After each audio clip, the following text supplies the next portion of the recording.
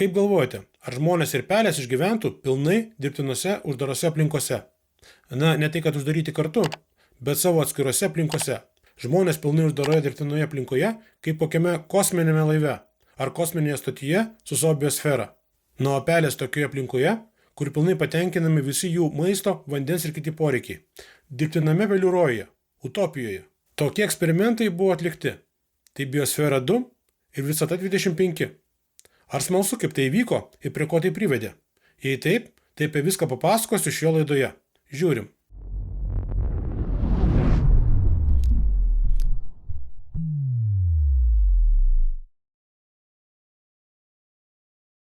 Kaip jums tokia idėja? Virš miesto pastatyti stiklinį kupolą ir jo viduje palaikyti žmonėms idealią temperatūrą ir komfortiškas gyvenimo sąlygas. Nei to blogo oro, nei šalčių ar oro užterštumo. Miestas būtų pilnai izoliuotas nuo išorinės aplinkos, būtų su idealiomis gyvenimo sąlygomis viduje. Nereikia nei šiltų rūbų, nėra sąskaitų už šildymą, visus metus būtų galima po miestą vaikščioti su šortais ir marškinėliais trumpom rankovėm. Tokie arba panašūs eksperimentai buvo atliekami Jungtinėse Amerikos valstijose. Buvo net 2 tokie pagrindiniai eksperimentai. Pirmas su pelėmis, tai Visata 25, kur norėjo sužinoti, ar gyvi organizmai gali išgyventi idealiomis gyvenimo sąlygomis. Na, o antras tai Biosfera 2. Šiame eksperimente jau dalyvavo ir žmonės, ir gyvūnai, ir augalai. Šiandien papasakosiu apie tos 2 eksperimentus, apie tai, kuo jie buvo panašus ir kuo skirtingi. Ir svarbiausia, kuo visa tai baigėsi. Specialiai Biosfera 2 eksperimentui Arizonos dykumoje buvo pastatytas visas kompleksas, užimantis net 1,5 hektaro plotą. Po didelėmis piramidėmis ir kupolais buvo sukurta ekosistema su skirtingomis dirvos rūšimis, skirtingais augalais, vabzdžiais ir gyvūnais. Ir tada ten apgyvendino 8 savanorius, bionautus, kurie turėjo tame komplekse pragyventi 2 metus, be jokio kontakto su išoriniu pasauliu. Eksperimento tikslas buvo nustatyti, kaip žmonės su gamta sąveikaus uždaroje ekosistemoje. O vėliau, jei eksperimentas pavyks, tokias uždaras oazes būtų galima kurti kaip atskiras bazes, kitose planetose arba Žemėje. Jei ateityje užterstume mūsų planetą taip, kad būtų jau nebeįmanoma taip paprastai joje gyventi, kaip tai darome mes dabar. Ir tikrai, šis eksperimentas buvo grandiozinis. Jam ruošėsi net 10 metų ir kainavo jis net $250 milijonų. Tų senųjų 1991 metų dolerių. Dabar tai būtų virš $500 milijardo. Tuo tarpu pelių projektas Visata 25 nebuvo toks didelis ir brangus, bet tapo nemažiau įdomus. Projekto esmė – sukurti idealias sąlygas pelėms. Aplinka, kurioje nėra nei ligų, nei plėšrūnų, palaikoma ideali temperatūra, prieiga prie maisto ir vandens. Joje apgyvendinti keletą graužikų ir pažiūrėti, kas nutiks, kai jie pasidaugins. Eksperimentai Biosfera 2 ir Visata 25 vyko skirtingais laikais ir tarpusavy niekaip nebuvo susiję, bet tarp jų buvo tam tikrų panašumų. O eksperimentų rezultatai lėmė daug nepagristų išvadų. Todėl palyginkime šios eksperimentus ir pažiūrėkime, kas ir kodėl taip nutiko. Po Biosfera 2 kupolais buvo patalpintos 5 tipų gamtinės zonos. Tropinis miškas, dykuma, savanos, žemės ūkio paskirties žemė ir nedidelis sūraus vandens vandenynas su mažu smėlio paplūdimiu. Atskiriame korpuse buvo pagyvenamosios patalpos ir bionautų virtuvė. Šiuose gamtinėse zonose apgyvendino daugiau kaip 3000 skirtingų augalų, vabzdžių ir gyvūnų rūšių, kurios kruopščiai atrinko specialistai. Pavyzdžiui, buvo daug bičių, širšių ir kitų žiedų apdulkintojų. Taip pat vabzdžiai valgantis kenkėjus ir įvairios kirmėlės, kad sudarotų visas biologinės atlikas. Po dykumą lakstė keletą rūšių driežų, o tropinėje zonoje gyvena naktiniai gyvūnai – galagai. Visą maistą bionautai turėjo išsiauginti ir pasigaminti pilnai savarankiškai, todėl buvo duotos įvairių maistinių augalų sėklų atsargos – ryžių, kviečių, bulvių ir daug kitų. Taip pat buvo nedidelė ferma, kurioje augino vištas, kiaules ir ožkas. Buvo manoma, kad kompleksas veiks visiškai autonomiškai, nes viduje sudarytos visos sąlygos normaliai natūraliai medžiagų kaitai, taip kaip gamtoje. Iš išorės buvo tiekiama tik elektros energija. Pagrindinė kompleksą kūrusių inžinierių užduotis buvo padaryti jį absoliučiai hermetišką, be jokios ištraukiamos ar kitokios ventiliacijos, nei jokio langelio ar durelių. Visas deguonis uždarytas komplekso viduje buvo gaminamas tik augalų esančių tame komplekse. Be to buvo išspręsta ir komplekso viduje slėgio pokyčių problema. Atskirai pastatė 2 kupolus iš minkštos medžiagos ir juos pavadino biosferos plaučiais. Dieną, kai oras biolaboratorijos viduje įkaisdavo ir išsiplėsdavo, tai kupolai įsipūsdavo, o naktį, kai oras atvėsdavo, susitraukdavo.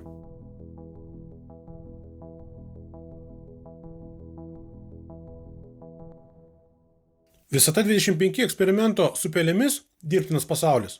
Tai buvo tam tikras kvadrato formos aptvaras su 2,5 metro pločio ir 1,37 cm aukščio sienomis. Aptvarą neplanavo padaryti hermetišką ar uždarą, nes šio eksperimento tikslai buvo kiti. Kaip teigia mokslininkas John Calhoun, aptvaro viduje graužikų populiacijai niekas nekėlė jokio pavojaus, o ant sienų buvo pritvirtinti 256 lizdai, kuriuose pelės niekam netrukdant galėjo auginti savo palikuonis ir didinti populiaciją. Ir kas įdomaus nutiko per šios eksperimentus? 1991 metais, rugsėjo 26 dieną, 8 savanoriai, 4 vyrai ir 4 moterys, stebint televizijos kameroms, užėjo į Biosfera 2 kompleksą, kad ten praleistų 2 metus, pilnai izoliuoti nuo išorinio pasaulio. Aišku, tai nebuvo atsitiktiniai žmonės. Tai buvo mokslininkai, ekologai, chemikai, kurie dalyvavo viso šio eksperimento kūrime. Ir kas svarbiausia, jie turėjo sutampantį bendrą požiūrį į jų projektų filosofiją. Iš pradžių viskas ėjosi puikiai. Bionautai dirbo žemės ūkio darbus, gaminosi savo maistą ir stebėjo stoties sistemų parametrus, o laisvu laiku užsiėmė kūrybą ir filosofinėmis diskusijomis. Bet jau po 2 savaičių nuo eksperimento pradžios atsirado pirmosios problemos. Vyriausias biosferos technikas pastebėjo, kad komplekso atmosferoje vyksta nežymus, bet pastovus deguonies kiekio mažėjimas su anglies dvideginio kiekio didėjimu. Tie pokyčiai nebuvo kritiniai, bet toliau besitęsiant tokiai tendencijai, tai jau po poros metų deguonies lygis nukristų iki žmogui pavojingos ribos. Bet juk nestabdysi $250 milijardo vertės projektą dėl tokios smulkmenos. Todėl, kad padidinti deguonies kiekį, nusprendė paprasčiausiai padidinti augalų masę. Ir štai nuo šio momento bionautų filosofiniai pokalbiai baigėsi, nes tam nebeliko laiko. Jie turėjo pastoviai užsiimti augalais, jų priežiūrą, bet dėja nors ir labai stengiasi, visos jų pastangos nuėjo niekais. Jokio teigiamo rezultato nedavė. Deguonies kiekis ore ir toliau pastoviai mažėjo. Visata 25 taip pat turėjo 8 bandymo dalyvius, 4 baltųjų laboratorinių pelių poros. Ir štai 1968 metais, Liepos mėnesį, John Calhoun jas patalpino į utopinį aptvarą. Ir jau po poros mėnesių atsirado palikuonis. Toliau pelių populiacija pradėjo dvigubėti kas 55 dienas. Ir atrodė, kad dėl idealių sąlygų jos dauginsis neįtikėtinais tempais ir tuoj užpildys visą baką iki pat krašto. Bet 315 eksperimento dieną populiacijos augimas žymiai sumažėjo. Ir dabar jau pelių kiekis dvigubėjo tik kas 145 dienas. Bet ir tai dar ne viskas. Tuo metu, kai aptvare pasidarė apie 600 pelių, jų bendruomenė susiformavo tam tikrą hierarchiją. Reikalas tas, kad pas peles, kaip ir pas kitus gyvūnus, vyksta kova dėl patelio. Bet net ir patys stipriausi patinai gamtoje ilgai neišgyvena. Tai jos koks plėšrūnas suės, ar nuo ligos numirs. O štai eksperimentinėje saugioje aplinkoje tai nevyko. O tai reiškia, kad senstantis patinai ir toliau kontroliavo pateles ir jaunų patinų neprileisdavo. Todėl tokie jauni patinai tapdavo kaip ir atstumtieji. Apie tai sakė ir pats autorius. Atstumtieji negalėjo patekti į lizdus pas pateles ir gyveno aptvaro centre kaip kokie benamiai gatvėje. Juos buvo lengva atskirti dėl apkandžiotų uodegų, kraujo žymių ir išpešiotų kailių. Daugelis iš jų tapdavo agresyvus ir pradėdavo pulti visus iš eilės, tame tarpe ir nešias pateles. O patelės nuo tokio elgesio pačios sužvėrėdavo ir išsiliedavo ant savo ką tik gimusių peliukų. Dėl to pelių naujagimių mirtingumas žymiai išaugo ir kolonijos populiacija pradėjo mažėti. Ir tai buvo normali eksperimento eiga, skirtingai nuo Biosfera 2 deguonies mažėjimo, nes pastarasis buvo jau ne vienintelė problema, su kuria susidūrė bionautai. Ir ferma ir daržai maistu bionautus aprūpindavo tik 80%. O kad pagaminti tam tikrus patiekalus, komanda turėjo sutelkti neįtikėtinas pastangas. Pavyzdžiui, kad iškepti picą, jiems reikėjo 4 mėnesius laukti, kol lysvėse išaugs reikiami ingredientai. Mėsą ir žuvį žmonės valgė 1-2 kartus per savaitę, o kavą savo galėjo leisti tik kartą per mėnesį. Žodžiu, pripratę sočiai valgyti amerikiečiai turėjo maitintis kaip statistinis kokios nors neturtingos Afrikos šalies gyventojas. Dėl šios priežasties komandoje atsirado nepatenkintų. Jie manė, kad be išorinio maisto tiekimo jie paprasčiausiai neišgyvens. Tuo tarpu kita komandos pusė manė, kad eksperimentas turi būti atliekamas švariai. Dėl šios priežasties komandoje atsirado nepatenkintų. Jie manė, kad be išorinio maisto tiekimo jie paprasčiausiai neišgyvens. Tuo tarpu kita komandos pusė manė, kad eksperimentas turi būti atliekamas švariai, be jokios išorinės pagalbos. Ir šios dvi pusės taip susipyko, kad net pasibaigus eksperimentui tarpusavį nebebendravo.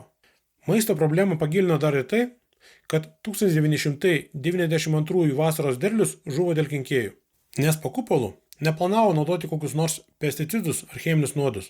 Dėl šios priežasties stoties gyventojams kurį laiką teko išgyventi maitinantis praktiškai tik batatais. Ir, kaip teigia dalyviai, nuo batatų dietos jų odos spalva tapo oranžinė. Be to po kupolu sunkiai gyveno ne tik žmonės. Ant kupolo vidinio paviršiaus susirinkęs drėgmės kondensatas karts nuo karto pavirsdavo lietumi. Ir nuo to kentė ir žuvo augalai dykumos zonoje, nes jie nebuvo prisitaikę prie tokio klimato. Jau po metų eksperimento žmonės kupole negalėjo normaliai maitintis ir normaliai kvėpuoti. Atrodė, kad štai tas momentas, kai reikia visą tą beprotybę baigti. Bet biosferos vadovybė pradėjo gudrauti ir organizavo išorinį maisto ir deguonies tiekimą. Aišku, tai prieštaravo visoms eksperimento sąlygoms. Todėl tai darė griežtai paslapčia, kad visuomenė nesužinotų. Bet net tokių ypatingų pastangų neužteko. Deguonis lygis ir toliau mažėjo. Ir dar po metų, tai yra praktiškai eksperimento pabaigoje, sudarė tik tai 14,5%. Tuo tarpu, kai mes esame pripratę kvėpuoti orą, kuriame yra 21% deguonies. 1993 rugsėjo 26 dieną, lygiai po 2 metų nuo pradžios, eksperimentas baigėsi ir žmonės paliko dirbtiną gyvenamąją aplinką. O tuo tarpu visatoje 25, 1972 metų viduryje, tai yra praėjus 4 metams nuo eksperimento pradžios, aptvare liko tik tai 122 pelės. Ir tai, jos jau buvo senos ir viršijusios savo reprodukcinį amžių. Todėl daugintis nebegalėjo. Eksperimento rezultatas tapo aiškus. Populiacija išmirė. Kaip matote, rezultatas taip pat nelabai pozityvus. Svarbu yra tai, kad po to pats Visata 25 autorius parašė didelį straipsnį, kuriame prašė visą eksperimento eigą ir padarė tokias išvadas. Kai yra didelis gyventojų tankumas, žemas mirtingumas ir nėra jokių kliūčių gauti kiek tik nori maisto ir vandens, pelės paprasčiausiai nebenori daugintis ir tuo pačiu populiacija susinaikina. Kas yra keista, kad John Calhoun savo eksperimentų rezultatus bandė pritaikyti ir žmonėms. Tai yra ir pelės neišgyveno, tai ir mūsų laukia panašus likimas. Štai iš šių 2 eksperimentų ir atsirado klaidingas teiginys, kuris iki šiol palaikomos žiniasklaidos ir kitų populistų, kad lyg tai žmonija negali išgyventi ir pratęsti savo giminę dirbtinoje aplinkoje, net jei tam bus idealios gyvenimo sąlygos. Nors Biosfera 2 eksperimente sukčiavimo faktas buvo akivaizdus ir viskas vėliau vis tiek išaiškėjo, tai štai Visata 25 atveju viskas atrodė švaru ir sąžininga. Bet jei šį eksperimentą pažiūrėsi atidžiau, tai atsiranda daug klausimų. Visata 25 eksperimente iškyla klausimai jau pačiom idealiom gyvenimo sąlygom, kurios sudarė pelėms. Pavyzdžiui, temperatūrinis režimas. Žiemą jis buvo stabilus – 20 laipsnių šilumos pagal Celsijų. Bet štai vasarą temperatūra kito nuo 21 iki 32 laipsnių šilumos. O 32 šilumos kailiniams gyvūnėliams tai jau tokia visai pirtis gaunasi. Tikrai nekomfortiška aplinka. Visų antra – aptvaro valymas. Aptvaras buvo valomas vieną kartą per 4-8 savaitės. Tai yra išmatos ir nudvėsusių pelių kūneliai aptvare galėjo mėtytis mažiausiai mėnesį laiko. Kažko tai nepanašu į idealias gyvenimo sąlygas. Biologijos fakultetuose, kur veisė laboratorinės peles, kad išvengti antisanitarinių sąlygų ir smarvės, narvų valymą atlieka kartą per savaitę. Ir dar, dėl pačių lizdų išdėstymo. Jie buvo taip suprojektuoti, kad vienas pelinas galėjo kontroliuoti vieną įėjimą, suteikiantį prieigą prie 4 lizdų su patelėmis. Tai reiškia, vienam patinui teko po 4 pateles. Ir jis galėjo kontroliuoti ir prie jų neprileisti kitus patinus. O tokio dalyko gamtoje arba nebūna iš viso, arba jei būna, tai labai retai. O vivariumuose, kur veisia peles, viename narve dažniausiai apgyvendina 2 pateles ir 1 patiną, arba 1 patelę ir 1 patiną. Iš kur John Calhoun sugalvojo santykį 1:4, neaišku. Ir savo straipsnėje tai nepaaiškina. Todėl pati aptvaro specifika buvo tokia, kad keletą pačių stipriausių ir stambiausių patinų galėjo pilnai monopolizuoti prieigą prie patelių. Tuos naujų gimdė peliukus, o kai peliukai išaugdavo, tai alfa patinai tuos peliukus išvarydavo lauk. Lizduose likdavo tik patelės. Na ir pelių patelės turi tokią savybę, kad kai vienoje teritorijoje jų pasidaro labai daug, tai jos tampa nevaisingos, iki kol jos neperkels į kitas vietas. Ir kuriems išsikelti, iš aptvaro nepabėgsi, o kiti lizdai užimti tokiomis pačiomis patelėmis. Prie to pačio John Calhoun netliko mirusių pelių skrodimo, bent jau nėra tokių duomenų. Na, o skrodimai galėjo parodyti, kokia buvo pelių situacija su paveldimomis lygomis ir infekcijomis. Tai ką mes čia matome? Mes matome autoriaus norą surežisuoti eksperimentą taip, kad gautų jo pageidaujamą rezultatą. Lygiai tą patį matėme ir su Biosfera 2, kai jiems pradėjo tiekti deguonį ir maistą iš išorės. Na, o pagrindinė Biosfera 2 deguonės lygio sumažėjimo priežastis pasirodo buvo betonas. Inžinieriai, kurie projektavo stotį, neįsivertino, kad betono konstrukcijos sugeria deguonį. Be to, po kupolu įsiveisė skruzdėlės, visur jų pilna. Ir tarakonai, bei mikroorganizmai dirvoje, kurie irgi naudoja deguonį. Padarant išvadas dėl Biosfera 2 eksperimento, galime teigti, kad tai galėjo būti pilnavertis eksperimentas, jei neapgaulė, ir sukčiavimas su maisto ir deguonės tiekimu.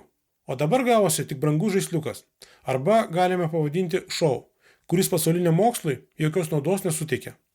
Visata 25 taip pat sunku pavadinti moksliniu eksperimentu, nes jau daug anksčiau vivariumuose augino didelius kiekius pelių ir žiurkių moksliniams bandymams. Pirtų gyvūnėlių palikuonių linijos sėkmingai tęsiasi dešimtmečiais.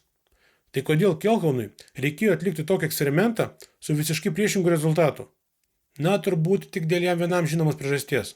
Žodžiu, sudėtinga daryti kokias nors moksliškai reikšmingas išvadas iš eksperimentų atliekamų antimoksliniu būdu. Bet viena, ką galime dabar pasakyti tvirtai, tai kad mes kol kas nežinome, ant kiek sudėtingi yra gyvi organizmai.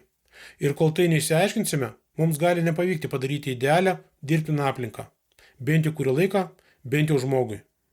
Tai tiek apie nepavykusius eksperimentus su žmonėmis ir pelėmis. Jei buvo įdomu, patiko, sužinojote ko nors naujo ar naudingo, spauskite nykštį aukštyn. Na, o jei nepatiko, nykštį žemyn. Parašykite komentarą. Draugai, jūsų laikai ir komentarai man labai svarbus, nes kiekvienas naujas laikas ir komentaras tai 10 papildomų parodymų naujiems žiūrovams, o tai padeda man populiarinti ir plėsti kanalą. Taip veikia YouTube rekomendavimo algoritmai. Todėl iš anksto dėkoju. Iki sekančio karto.